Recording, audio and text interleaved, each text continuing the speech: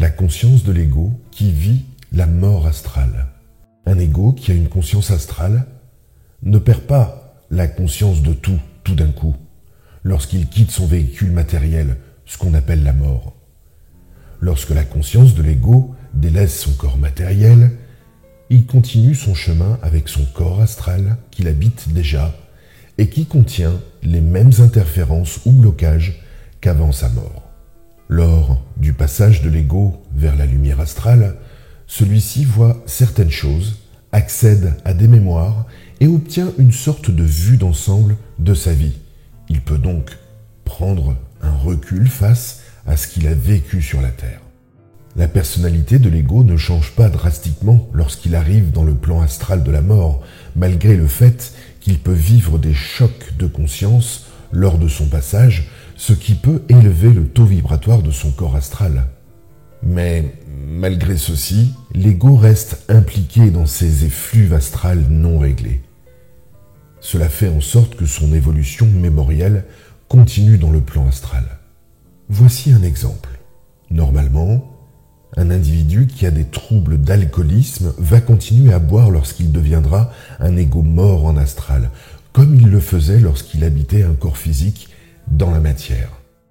Lorsque l'ego délaisse son corps physique, sa conscience, qui habite un corps astral, va se coller à un humain qui aime boire.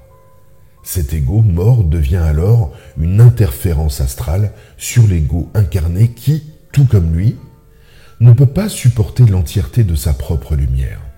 Alors, nous pouvons dire qu'un partenariat occulte s'installe entre ces deux égos.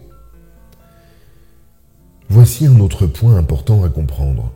Plus le mémoriel devient loin dans le passé de l'ego, plus il s'efface.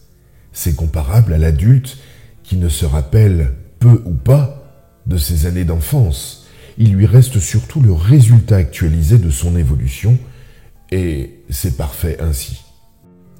Donc, nous avons vu que l'évolution de l'ego continue en astral, mais c'est une évolution strictement mémorielle, car la fusion avec l'esprit n'est pas possible pour l'ego, dont la conscience habite le plan astral de la mort.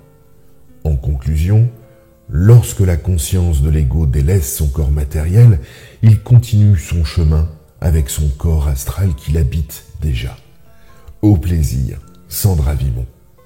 Ce texte est tiré du site www.supramental.biz. Voix narrative, Romain Lezen.